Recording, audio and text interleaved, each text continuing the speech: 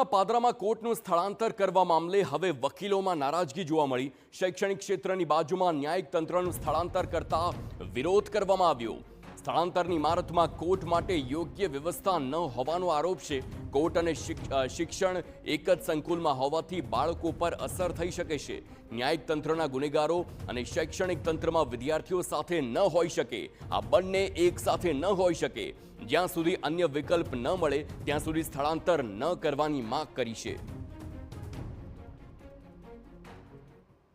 School અને court શિક્ષણ અને ન્યાયિક એ બે એક જગ્યાએ ભેગું કરી શકાય ના। એનાથી બાળકોના ભવિષ્ય પર બી અસર પડે એવી છે કે એ જે બિલ્ડિંગ છે કોર્ટના બિલ્ડિંગ કરતાં 74% ડેમેજ છે અને કોર્ટનું એનાથી ઓછી ડેમેજ છે। એટલે અમારી માંગણી એવી છે કે જ્યાં સુધી એના સિવાયની બીજી કોઈ વૈકલ્પિક વ્યવસ્થા ના થાય ત્યાં સુધી આ જ કોર્ટની અંદર કોર્ટ ચાલુ રાખે। મહત્વનું છે કે કોર્ટનું જૂનું સંકુલ જર્જરિત થતાં કોર્ટ સ્થળાંતર કરવાનો વારો આવ્યો છે, પરંતુ વકીલોનો આરોપ છે કે નવી ઇમારતમાં કોર્ટની જગ્યા અરજદારો, આરોપીઓ કે વકીલો માટે પૂરતી વ્યવસ્થા અને જગ્યા નથી। આ સાથે જ બાળ માનસ પર આરોપીઓની અસર ન પડે તેવી માંગ સાથે કોર્ટને સ્થળાંતર ન કરવા માટે માંગ ઉઠી છે।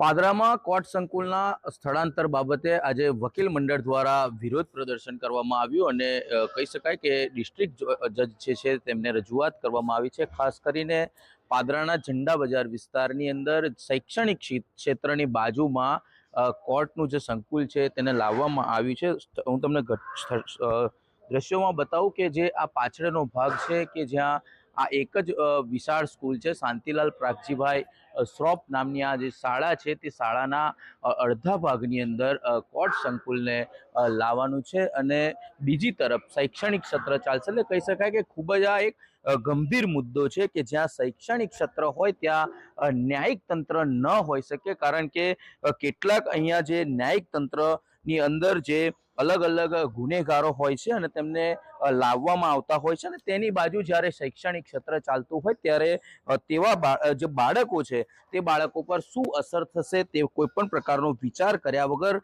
જ્યારે આ કોર્ટ સંકુલનું જે સ્થળાંતર કરવામાં આવ્યું છે ને તેને લઈને વકીલોએ આજે વિરોધ નોંધાવ્યો છે કે કોઈ પણ સંજોગોમાં આ ચલવી નહીં લેવાય, પરંતુ આ કયા પ્રકારનો એક નિર્ણય છે તે ખૂબ મહત્વની વાત છે। કારણ કે જે પ્રકારે એક તરફ શૈક્ષણિક ક્ષેત્ર છે ત્યારે બીજી બાજુ ન્યાયિક તંત્રને લાવવામાં આવ્યું છે ત્યારે બાળકો પર આ કયા પ્રકારની અસર થશે તે પણ એક ખૂબ મહત્વની વાત છે ને વકીલોએ આ બાબતે તાત્કાલિક ધોરણે આ સ્થળાંતર રોકવાની માંગ કરી છે।